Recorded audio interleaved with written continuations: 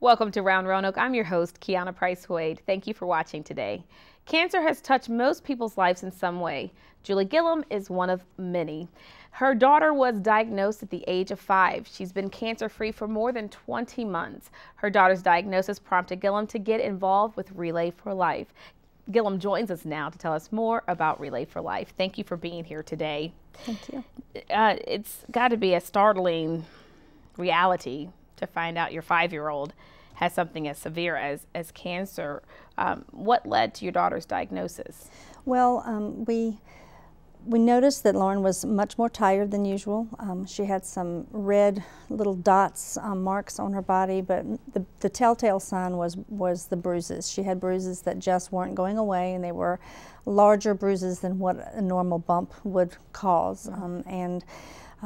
When we went to the doctor to find out why she had the little spots on her, we found out that she had leukemia. And she began chemo the very next day. Wow. Yes. Wow. And so that has led you, or her illness has gotten you involved with Relay for Life. Yes.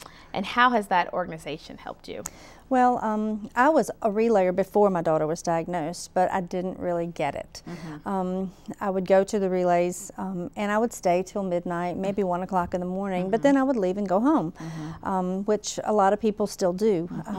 But once cancer strikes your family or strikes a loved one, and you actually go to the event, in looking at it a different way, you realize that cancer never sleeps.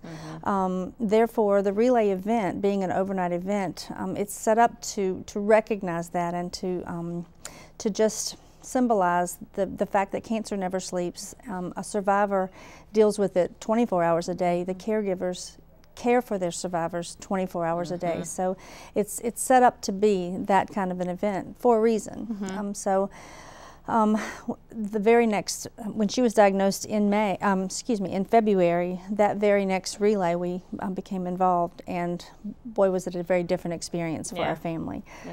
So it's sort of an out for me. It's a way to try to put my energies towards in a different direction. You know, instead of being bitter or being sad, it gives you something to work towards to try to make that not happen for another family. Absolutely. And I think your analogy of how cancer never sleeps is a good one, because I think people think, well, I can just come anytime, but I think that's the purpose of why they have Relay for Life in a 24-hour event, so overnight event at least. So I'm glad that you mentioned that. So you have a big role in Relay for Life. Right. You're now the chairperson. Yes. So tell us a little bit about the kickoff event on January the 19th. Okay, well, I was asked to be the chair of the event, and it's an honor and a big challenge, and I'm excited about that.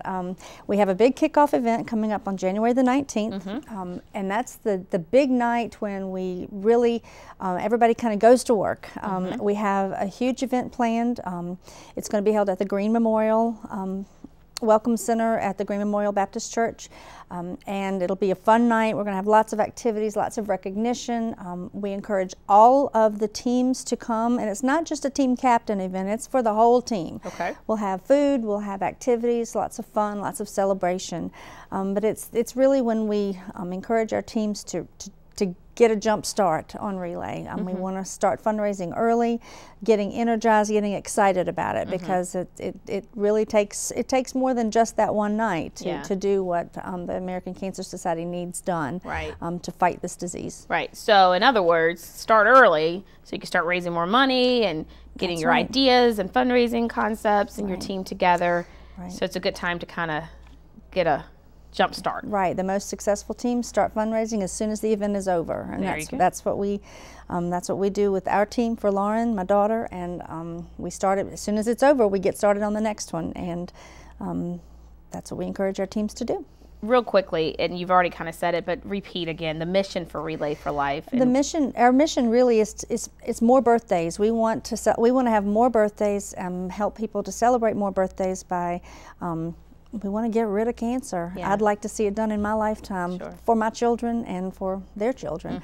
So we want to see more people celebrating more birthdays. I like that. beautiful. Where can our viewers go for more information about Relay for Life? You can go to relayforlife.org. If you want to set up a team, that you can follow right through the site and set up a team, or you can join an existing team. We really encourage people to get on those teams before the kickoff in January. And if you're interested and need more information, people can email me directly at relayforlife.roanoke@gmail.com. Thank you, Julie, and best of luck to Absolutely. you and to your beautiful daughter. Thank you. Thank you. You can learn more about Relay for Life and events and other happenings on the Cox Community Calendar coming up during the break. I'm Kiana Price Wade, and this is Round Roanoke on Cox 9.